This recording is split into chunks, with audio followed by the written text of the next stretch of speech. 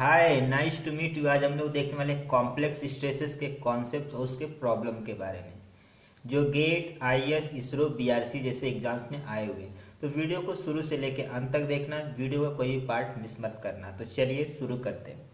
इस वीडियो में complex stresses के प्रॉब्लम को सॉल्व करूंगा और मैं बताऊंगा कि लोग गलतियां कहां पर करते हैं और किन बातों का ध्यान रखना चाहिए कॉम्प्लेक्स स्ट्रेसेस के प्रॉब्लम को सॉल्व करते समय। तो चलिए शुरू करते हैं। कॉम्प्लेक्स स्ट्रेसेस में बेसिकली चार टाइप्स के प्रॉब्लम पूछे जाते हैं। पहला है बेसिक कॉन्सेप्ट के बेस पे, दूसरा है प्रिंसिपल स्ट्रेस के बेस पे, तीसरा है मोहर सर्कल के बेस पे और चौथा है प्रिंसिपल स्ट्रेन के बेस पे। अगर आपको कॉम्प्लेक्स स्ट्रेस का कॉन्सेप्ट नहीं पता तो आप वीडियो के प्लेलिस्ट में जाकर देख सकते हो। इस वीडियो में कॉम्प्लेक्स स्ट्रेस के प्रॉब्लम को सॉल्व करूंगा।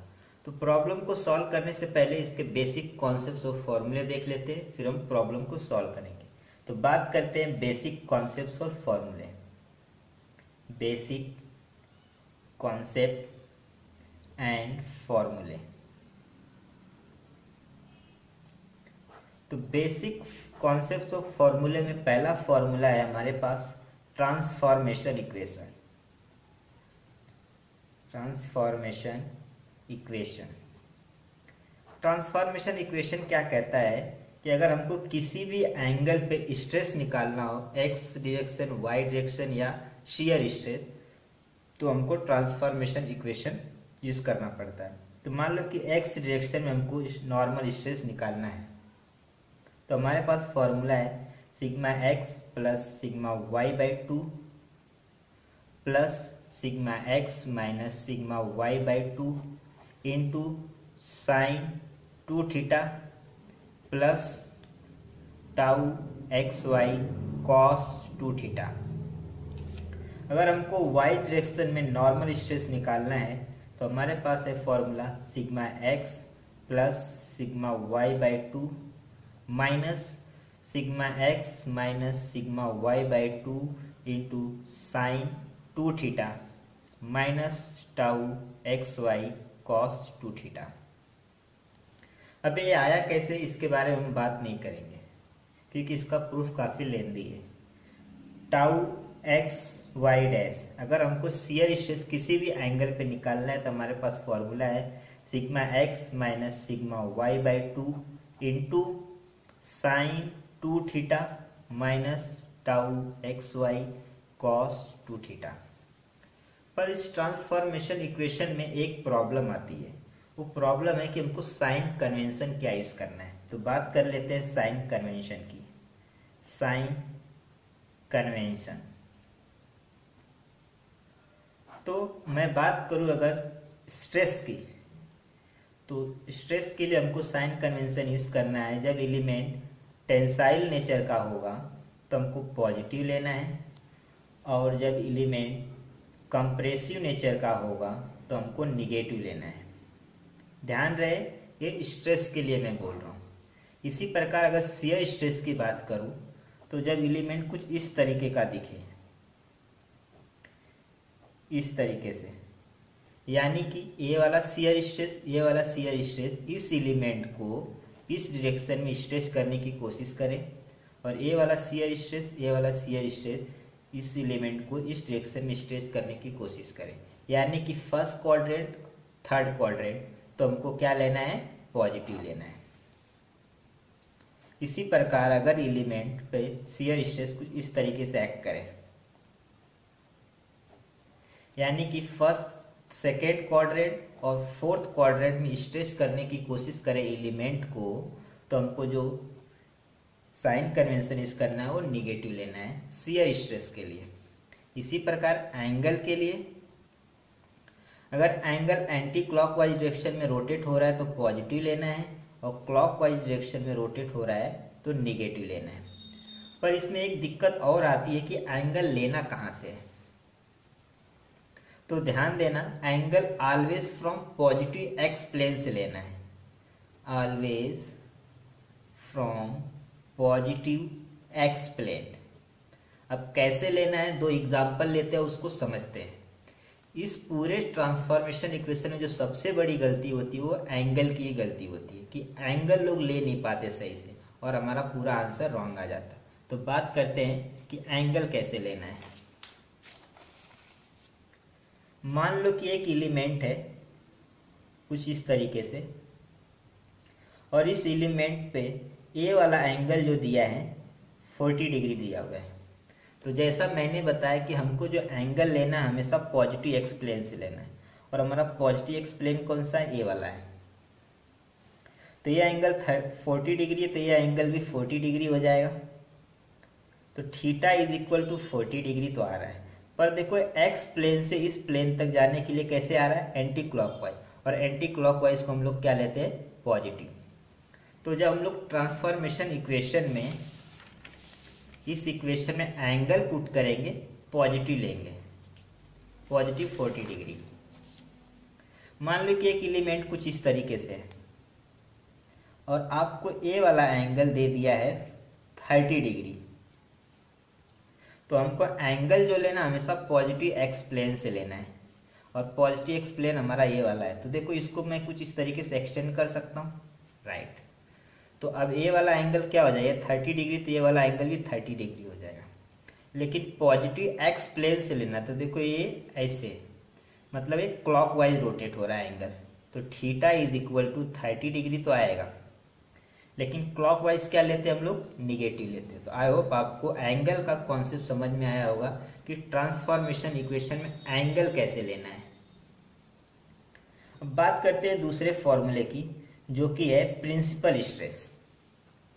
प्रिंसिपल स्ट्रेस, प्रिंसिपल स्ट्रेस में दो टाइप के स्ट्रेस होते हैं। पहला होता है मैक्सिमम प्रिंसिपल स्ट्रेस और दूसरा होता है मिनिमम प्रिंसिपल स्ट्रेस। तो मैक्सिमम प्रिंसिपल स्ट्रेस को सिग्मा 1 से डिनोट करते हैं और मिनिमम प्रिंसिपल स्ट्रेस को सिग्मा 2 से डिनोट करते हैं। तो इसका फॉर्मूला है sigma x plus sigma y by 2 plus minus under root sigma x minus sigma y by 2 into y by 2 का whole square plus tau square x y. ध्यान रहे कि जो इसमें सिग्मा एक्स और सिग्मा वाई है, ये नॉर्मल स्ट्रेस है एक्स डायरेक्शन और वाई डायरेक्शन में। जब हम लोग सिग्मा 1 निकालेंगे तो पॉजिटिव साइन इस करना है, और जब सिग्मा 2 निकालेंगे तो निगेटिव साइन इस करना है। इसको कुछ इस तरीके से भी लिखा जाता है, sigma average plus minus R. R क्या है, ये radius of the Mohr circle है। जब मैं मोहर सर्कल का कॉन्सेप्ट बताऊंगा तब बताऊंगी आर इक्वल टू ये होता है, ठीक है। तो सिग्मा 1 क्या है हमारा, maximum principal stress. Maximum principal stress यानी कि मैक्सिमम नॉर्मल स्ट्रेस भी बोलते हैं इसको, ठीक है। मैक्सिमम, जब नॉर्मल स्ट्रेस मैक्सिमम हो तो उसको मैक्सिमम प्रिंसिपल स्ट्रेस बन जाता है, मैक्सिमम नॉर्मल स्ट्रेस या मैक्सिमम टेंसाइल स्ट्रेस, ठीक है। इस सिग्मा 2 क्या है हमारा, मिनिमम प्रिंसिपल स्ट्रेस, ठीक है, मिनिमम प्रिंसिपल स्ट्रेस। तीसरा जो फॉर्मूला है कि अगर आपको मैक्सिमम शियर स्ट्रेस निकालना है कॉम्प्लेक्स स्ट्रेस के प्रॉब्लम में, तो कैसे निकालोगे, maximum shear stress, maximum shear stress निकालने के लिए हमारे पास सिर्फ और सिर्फ एक ही फॉर्मूला है, tau max equal to, tau max यानी कि maximum shear stress, tau max is equal to maximum of this 3 value. इन तीनों वैल्यू में से जो मैक्सिमम होगा वही हमारा मैक्सिमम शियर स्ट्रेस होगा।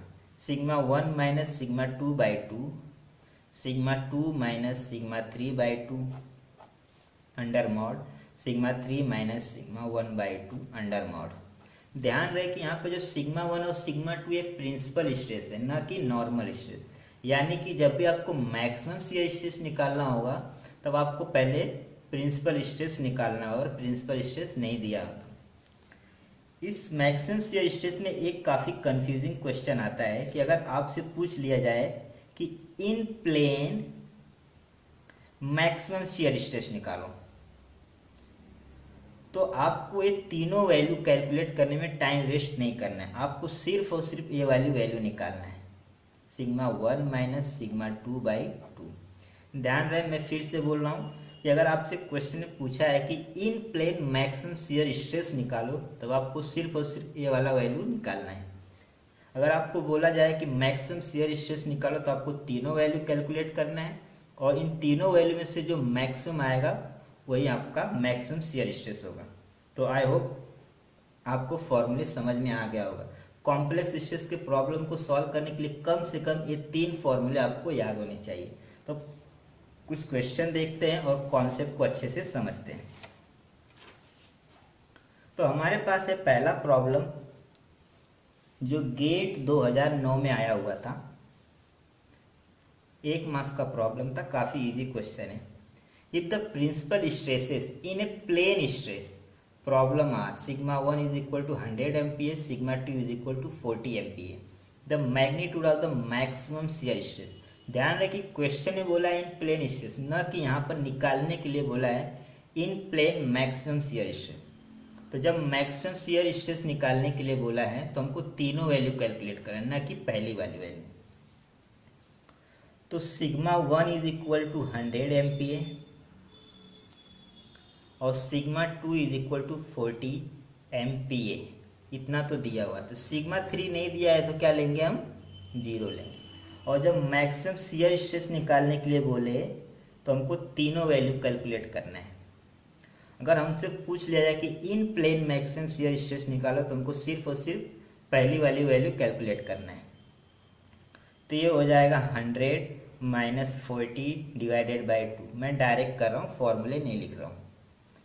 40 माइनस 0 डिवाइडेड बाई 2 और 0 माइनस 100 डिवाइडेड बाय 2। ठीक है, तो मैक्सिमम क्या आ जाएगा हमारा, ये हो जाएगा 60/2, ये हो जाएगा 40/2, ये हो जाएगा 100/2। ध्यान रहे कि यहाँ पर माइनस आएगा, लेकिन ये मॉड में तो हमसे माइनस प्लस से कुछ लेना देना नहीं है, सिर्फ मैग्नीट्यूड की बात करते हैं। तो ये आ जाएगा 30, ये आ जाएगा 20, ये आ जाएगा 50। तो इन तीनों वैल्यू में से जो मैक्सिमम वैल्यू है वो हमारी 50 है। तो मैक्सिमम शियर स्ट्रेस जो आएगा वो 50 आएगा, न कि 30। ध्यान रहे यहाँ पर गलतियाँ लोग क्या करते हैं कि यहाँ पर सिग्मा 3 0 कुछ नहीं दिया है, मतलब 0 दिया है। जब नहीं दिया है तो लोग क्या करते हैं, सिर्फ sigma 1 minus sigma 2 divided by 2 करके निकाल लेते हैं, क्योंकि 3 नहीं दिया हुआ रहता है तो उसको इग्नोर कर देते हैं, और सबसे बड़ी गलती यही होती है। और अगर आप ऐसा करते तो आपका आंसर सी वाला आएगा और वो रॉन्ग है। तो आई होप आपको ये वाला कॉन्सेप्ट समझा होगा। दूसरा क्वेश्चन लेते हैं और कॉन्सेप्ट को और अच्छे से समझते हैं। जो गेट 2016 में आया हुआ था, काफ़ी अच्छा क्वेश्चन है, थोड़ा ट्रिकी है, पर इस क्वेश्चन को सॉल्व कराने का मकसद ये है कि इस क्वेश्चन में एक कॉन्सेप्ट छुपा हुआ है। अगर आप उस कॉन्सेप्ट को समझ जाते हो तो इस टाइप के क्वेश्चन को सिर्फ 5 सेकंड में सॉल्व कर सकते हैं। और इस कॉन्सेप्ट के बेस पे गेट में लगभग 4 से 5 बार क्वेश्चन आए हुए हैं। तो देखो क्या बोल रहा है, a shaft with circular cross section is subjected to pure twisting moment, the ratio of maximum shear stress to largest principal stress हमको निकालना है।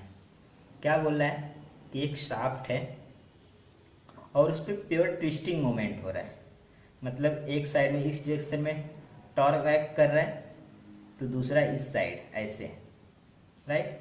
तो जब मैं इसके एलिमेंट को ड्रॉ करूंगा, ठीक है, कुछ इस तरीके से, आपको टॉर्सन का कॉन्सेप्ट पता होगा तो आप इसको इजीली समझ पाओगे। अगर मैं इसको बड़े में ड्रॉ करूं, कुछ इस तरीके से दिखेगा, ठीक है। ए वाला शियर स्ट्रेस, ए वाला शियर स्ट्रेस, और इससे कॉम्प्लीमेंट्री में कुछ इस तरीके से शियर स्ट्रेस हो जाएगा। तो देखो इसमें नॉर्मल स्ट्रेस नहीं है, सिर्फ और सिर्फ शियर स्ट्रेस है, ठीक है। तो ये क्या हो गया, प्योर शियर का केस है, क्योंकि इसमें सिर्फ शियर है। तो नॉर्मल स्ट्रेस क्या होगा, सिग्मा एक्स डायरेक्शन में 0 हो जाएगा और normal stress in y direction में 0 हो जाएगा, क्योंकि कुछ भी नहीं है, ठीक है।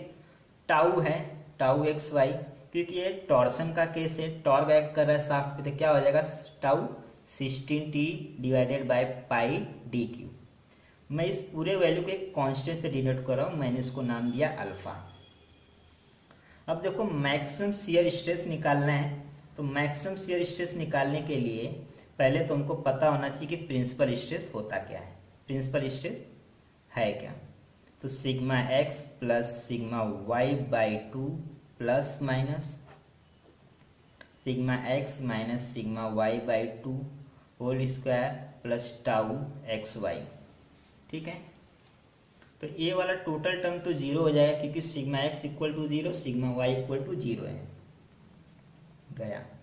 ये वाला टर्म भी जीरो हो जाएगा, सिर्फ बचेगा क्या, इसको मैं अल्फा दे दिया नाम, तो क्या बचा सिग्मा 1 कॉमा सिग्मा 2।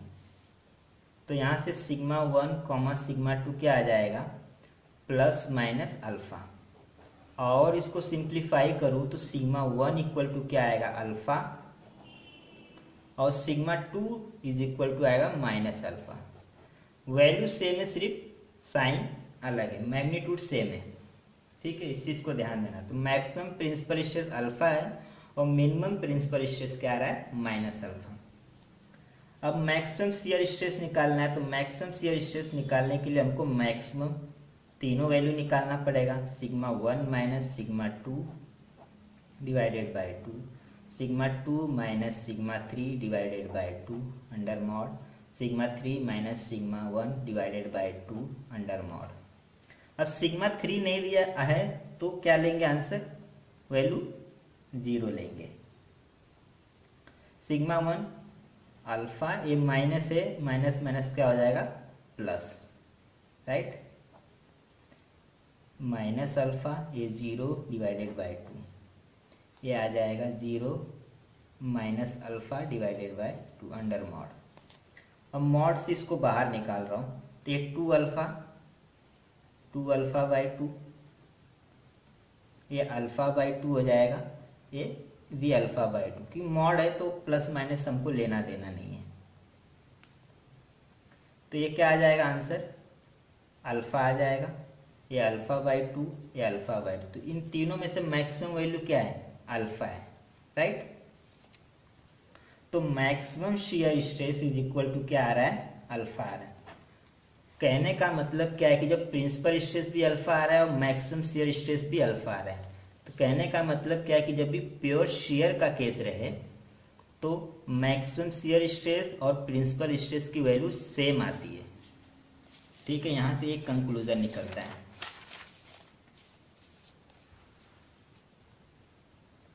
कंक्लूजन क्या निकलता है कि जब भी प्योर शियर का केस हो, tau max equal to principal stress, ध्यान रहे ये माइनस में आएगा। ठीक है, मैग्नीट्यूड तो सेम होगा लेकिन माइनस में होगा। ठीक है, अब हमसे क्या पूछा है कि maximum shear stress to largest principal stress, maximum tau max to largest principal stress. Tau max की वैल्यू क्या आई अल्फा आई और सिग्मा 1 की वैल्यू भी अल्फा आई, तो आंसर क्या आएगा 1 आएगा। ठीक है, तो गेट 2016 में आया हुआ था, इसका आंसर है ए। तो आई होप आपको समझा होगा। देखो इसी कॉन्सेप्ट के बेस पे गेट 2017 में भी आया हुआ था। अगर आपने ये कॉन्सेप्ट समझ गए होंगे तो आप इस क्वेश्चन को सिर्फ और सिर्फ 5 सेकंड में सॉल्व कर सकते हो। क्वेश्चन नंबर 3 देखो, गेट 2017 में क्या बोल रहा है, सिर्फ क्वेश्चन पूछने का तरीका अलग है लेकिन कॉन्सेप्ट सेम है।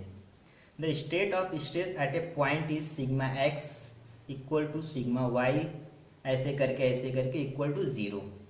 सिर्फ इस वैल्यू छोड़, tau x y equal to tau y x equal to 50 ampere. The maximum normal stress at that point, maximum normal stress यानी कि मैक्सिमम प्रिंसिपल स्ट्रेस पूछ रहा है, राइट।